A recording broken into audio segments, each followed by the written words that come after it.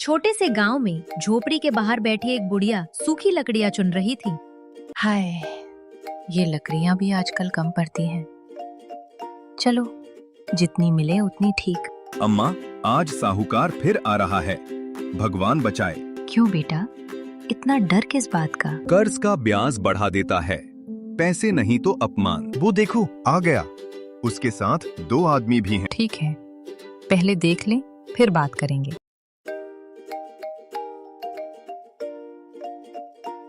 अरे ओ रामू, पिछला हफ्ता गया, पैसा कहाँ है? सेठ जी, फसल अभी बिकी नहीं, थोड़ा समय। समय का भी ब्याज लगता है। सेठ जी बोल रहे हैं तो चुपचाप निकालो। सेठ जी, हम गरीब लोग हैं, इतना दबाव मत डालिए। गरीब हो तो मेरे सामने क्यों आते हो? कर्ज लिया था, अब चुकाओ। नहीं तो खेत की मेड़ पर ताला लगवा देंगे। लालच की आंखें अंधी होती हैं, इन्हें दवा चाहिए। अम्मा मत जाइए, सेठ जी गुस्सा करेंगे। गुस्सा तो उसकी आदत है बेटा, मैं उसकी आदत बदलवाऊंगी। पर आप अकेली? अकेली नहीं, मेरे साथ मेरी बुद्धि है। सेठ, जरा एक बात सुनोगे? काम तो तुम्हारा है, पर बात गांव की है। बोल, क्या कहना है? जल्दी। तुम्हें पैसे का बहुत शौक है सेठ। शौक नहीं, समझदारी।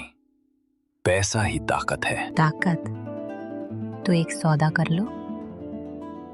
कैसा सौदा?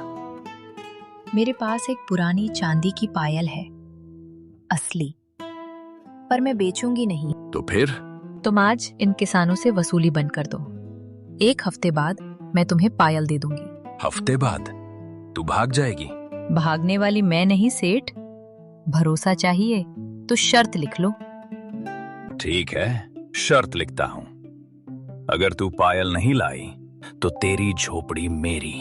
अम्मा, ये तो बहुत बड़ी बात हो गई।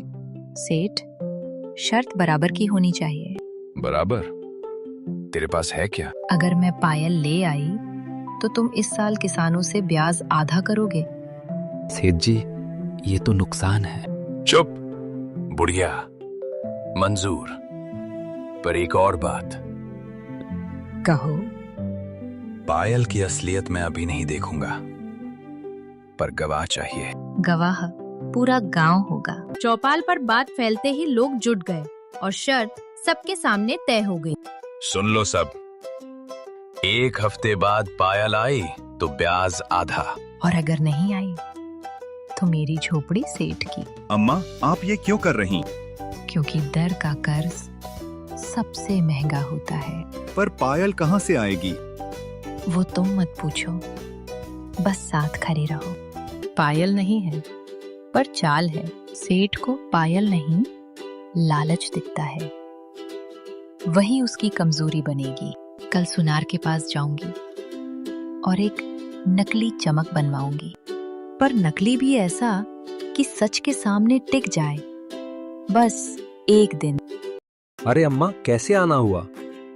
मुझे एक पायल चाहिए, दिखने में चांदी जैसी। चांदी जैसी? असली नहीं? असली की कीमत गांव चुका चुका है बेटा, अब बस उम्मीद बची है। पर सेठ पकड़ लेगा तो?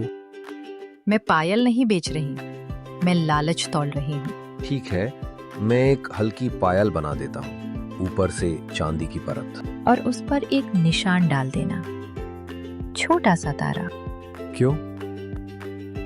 ताकि सच और झूठ का फर्क मैं बाद में दिखा सकूं। लो आ गई बुढ़िया, अब दे पायल। पहले सबके सामने शर्त दोहराओ सेठ। ठीक, पायल मिली तो ब्याज आधा, नहीं मिली तो झोपड़ी मेरी। ये लो पायल। चमक तो बढ़िया है। सेठ जी, तुरंत रख लो। रखने से पहले एक बात। अब क्या? तुम्हें पैसे की समझ है तो चांदी की भी होगी, इसे पहचानो। ये असली ही लग रही है, वजन थोड़ा कम है। कम वजन पर बड़ी बात, इस पर तारा निशान देखो। हाँ है तो? ये निशान मेरे पति की निशानी थी, और ये पायल मैंने कभी बेची नहीं। तो फिर ये आई कहाँ से? सेठ, सच बोलो, पिछले हफ्ते तुमने मेरी झोपड़ी के पीछे क्या करवाया था? मैंने कुछ नहीं। सेठ जी, वो हमने बस मेरी झोपड़ी में झांक कर देखा था कि पायल कहाँ छुपी है। सेठ जी, आपने अम्मा की झोपड़ी में झांका? ये झूठ है, ये बुढ़िया चालाक है। हाँ, मैं चालाक हूँ क्योंकि तुम लालची हो।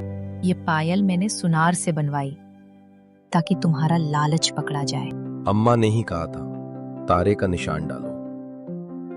सेठ जी, अब क्या करें? अब शर्त निभाओ। तुमने पायल ले ली गांव के सामने, और आपने हमारी वसूली भी रोकी थी पूरे हफ्ते। तो अब ब्याज आधा और डर खत्म।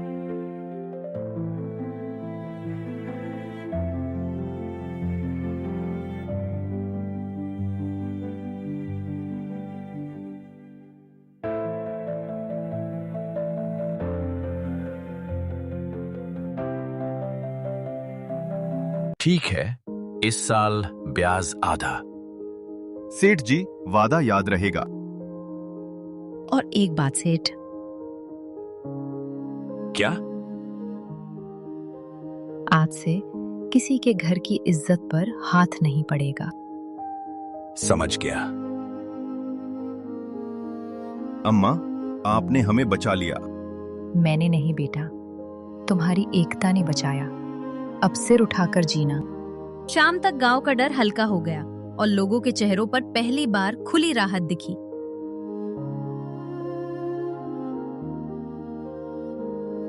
अम्मा, ये थोड़ा अनाज आपके लिए। नहीं बेटा, ये अपने बच्चों के लिए रखो। आपने जो किया उसका कर्ज हम कैसे चुकाएं? कर्ज मत मानो, बस किसी कमजोर पर जोर मत चलाना। और अगर सेठ फिर? तो याद रखना, लालच बड़ा है पर सच उससे बड़ा। अब लकड़ियां भी कम नहीं लगेंगी। गांव की आग जो बुझ गई। एक बुढ़िया ने सबके सामने मेरी चाल पकड़ ली।